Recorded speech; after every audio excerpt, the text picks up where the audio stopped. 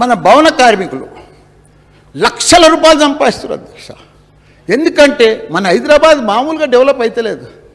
మొత్తం head quarters ఆఫీసులు అన్నీ కూడా ప్రపంచంలో ఉన్నాయన్నీ కూడా మన హైదరాబాద్కే వస్తున్నాయి. మంచి కమాండ్ కంట్రోల్ ఆఫీస్ ఉన్నది, పోలీసు వ్యవస్థ పటిష్టంగా ఉంది, ప్రశాంతంగా వాళ్ళకి మంచిగా ల్యాండ్ బ్యాంక్ కూడా పర్ఫెక్ట్ దొరుకుతుంది, అన్ని పర్మిషన్లు కూడా ఈజీగా దొరుకుతున్నాయి. కాబట్టి దాంతో మా జవహర్ నగర్లో ఒక అయ్యప్ప అని ఉంటాడు అధ్యక్ష. ఆయన ఇన్కమ్ ఎంత గుర్తా? రోజు 1,00,000 రూపాయలు. మళ్ళీ సెంట్రింగ్ వేస్తే ఎట్లా సంపాదిస్తుండంటే ఆయన దగ్గర 3,500 మంది సెంట్రింగ్ పనులు చేస్తున్నారు కార్మికులే. అంతమందికి ఉపాధి ఇస్తుంది, అంతమందికి కార్మికులకు ఉపాధి దొరుకుతుంది. లక్షలు మంచిగా కష్టపడ్డలకు మన తెలంగాణలకు మంచి అభివృద్ధి చెందుతున్నారు, గొప్ప గొప్పలు అవుతున్నారు అధ్యక్ష. ఈ తారక రాముని ఎంత పొగిడినా సరిపోదు అధ్యక్ష.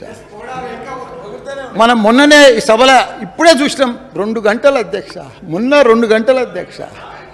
అది ఏం మాట్లాడతాం అధ్యక్ష. అసలు నా జీవితంలో నేను ఈ 75 ఏళ్ళు స్వతంత్రం వచ్చింది, నువ్వు ఎప్పుడన్నా చూసినావు బట్టన్నా? నిజంగా చెప్పన్నా, నీ గుండె మీద చేసుకొని చెప్పన్నా, ఇట్లా సుట్టి మంత్రిని ఇట్లా మాట్లాడే రామన్న చూసినావా? నువ్వు చూడలేదన్నా, చూడలేవు కూడా నువ్వు.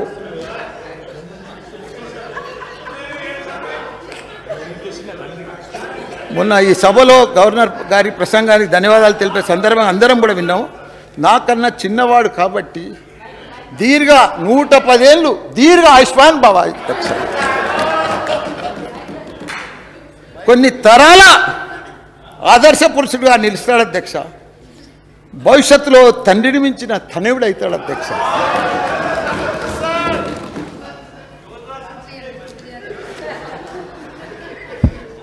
మేము మంచి హృదయంతో కేంద్రానికి సలహాలు సూచనలు ఇచ్చినాం అధ్యక్ష. కానీ ఇంత కక్ష కడతారని కూడా ఊహించలేదు అధ్యక్ష. మేము మన చిన్నప్పుడు చదివిన ఒక సామెత చెప్తా అధ్యక్ష.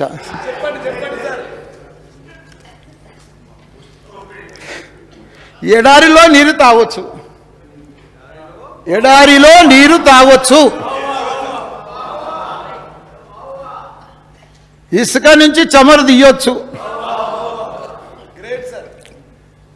కుందేటి కొమ్మునైనా సాధించవచ్చు. కానీ ఈ కేంద్ర విధానాలు మాత్రం సమాధాన పరిస్థితులు ఏం సాధ్యమవుతలేదు. వాళ్లకు తగిన బుద్ధి చెప్పవలసిందే అధ్యక్ష. మనమేమో విదేశీ మరియు స్వదేశీ పెట్టుబడులను ఆకర్షిస్తుంటే కేంద్ర పెద్దలేమో సొమ్మొక్కడిది సోకొకటిది అని ఎంజాయ్ చేస్తున్నారు అధ్యక్ష. ఉన్న సంపదను వాళ్ళ దోస్తులకు మంచిగా దోచిపెడుతున్నారు అధ్యక్ష.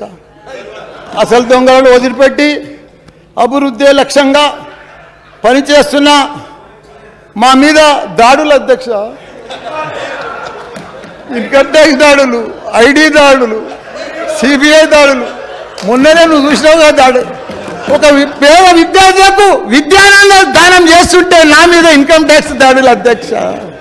ఇంత ఘోరం ఇన్కమ్ ట్యాక్స్ దాడులు చేయాలంటే ఈటెల రాజేందర్ మీద చేయి, 5 ఎకరాల్లో రాజభవన్ కట్టుకున్నాడు. ఒక వివేక్ మీద చేయి, వెంకటస్వామి వివేక్ మీద చేయి, వాళ్ళ మీద చెయ్యరు అధ్యక్ష. మాసుంటి బోలా బాలోల మనుషుల మీద చేస్తారు అధ్యక్ష. साहब जी, बेचना अपना रिवाज है, बचाना हमारा काम है, धर्म को भी निभाना हमारा काम है. కొండంతో ఎలుకను పట్టినట్టుగా కేంద్ర పెద్దలు చెప్పేటి ఒకటి చేసి ఒకటి అధ్యక్ష. అభివృద్ధి అంటే అన్ని అమ్మేయడమేనా? మీ దోస్తులకు కట్టబెట్టడమేనా? నా కార్మికులు రుసురు పోసుకోవడమేనా? ఇంకా మీ దహం తీరనట్లేనా?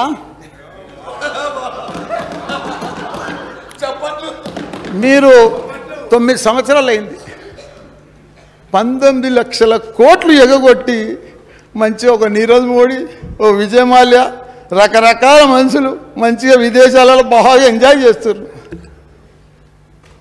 మీ అండదండలతో మంచిగా ఎంజాయ్ చేస్తున్నారు. పంచభూతాలను కూడా వదలదు రక్షక వీళ్ళు. మీ దోస్త్ అదానికి రైల్వేలు, పోర్ట్లు, ఎయిర్పోర్ట్లు, ఫ్యాక్టరీలు, ఇన్సూరెన్సులు, బ్యాంక్ సెక్టార్లు అన్నీ అప్పచెప్తే వాడు 10 దినాల 10 దినాలల్లా 10 లక్షల కోట్లు ఆవిరైపోయింది అధ్యక్ష వారి ఆస్తి. దేవుడు ఉన్నాడు అధ్యక్ష. ఒకనాడు ప్రపంచంలో నంబర్ 2 ప్లేస్కు పోయాడు. మొన్న ఏమైంది? 10 లక్షల కోట్లు 10 రోజులలో ఆవిరైపోయింది అధ్యక్ష.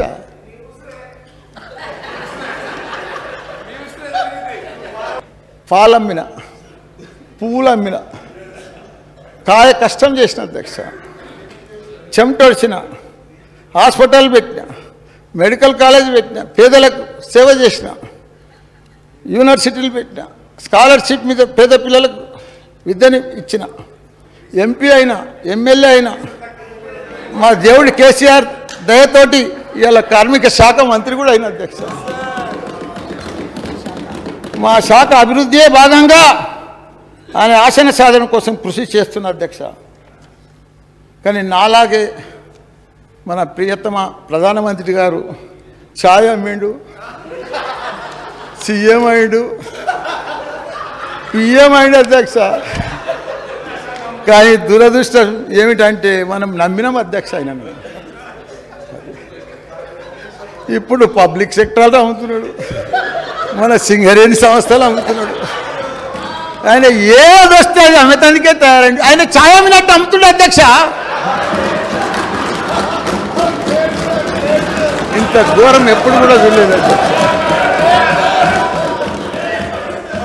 మన తెలుగింటి ఆడపడుచున్నది నిర్మలమ్మ,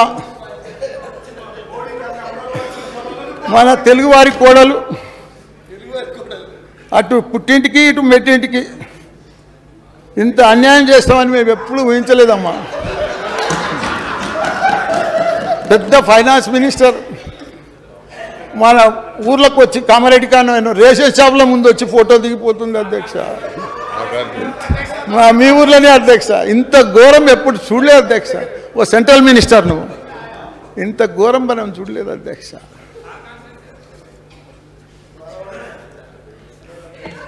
టిఆర్ఎస్ అంటే చంద్రుడు, బిఆర్ఎస్ అంటే సూర్యుడు. మన ఈ తెలంగాణ గడ్డ ఉద్యమాల అడ్డా అధ్యక్ష. శాంతియుతంగా తెలంగాణ సాధించిన ఆ ఉద్యమ చంద్రుడే ఈనాడు సూర్యుడై ఒక గాంధీజీలాగా, ఒక చగువేర లాగా, ఒక నెల్సన్ మండేలాగా, ఒక సుభాష్ చంద్ర బోస్ లాగా, ఒక భగత్ సింగ్ లాగా బయలుదేరాడు అధ్యక్ష. అప్పటి ఆ చల్లని చంద్రుడు ఆపడమే మీ వల్ల కాలేదు. అప్పటి ఆ చల్లని చంద్రుడినే ఆపడం మీ వల్ల కాలేదు. ఇప్పుడు ఈ మండుతున్న సూర్యుడిని ఆపగలరా? ఆయన కోపాన్ని మీరు చూడగలరా? చూసి తట్టుకోగలరా? కేసీఆర్ దెబ్బకు ఢిల్లీ అబ్బానాలే.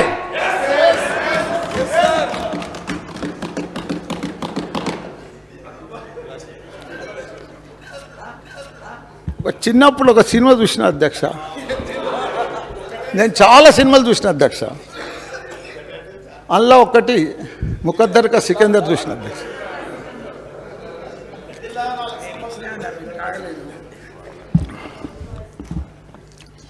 అందులో అమితాబ్ బచ్చన్ చిన్నగా ఉంటాడు, 8-10 ఏళ్ళు అప్పుడు. అధ్యక్ష ఇనాలే మీ బర్త్డే ఇవ్వాలా మీరు బాగా.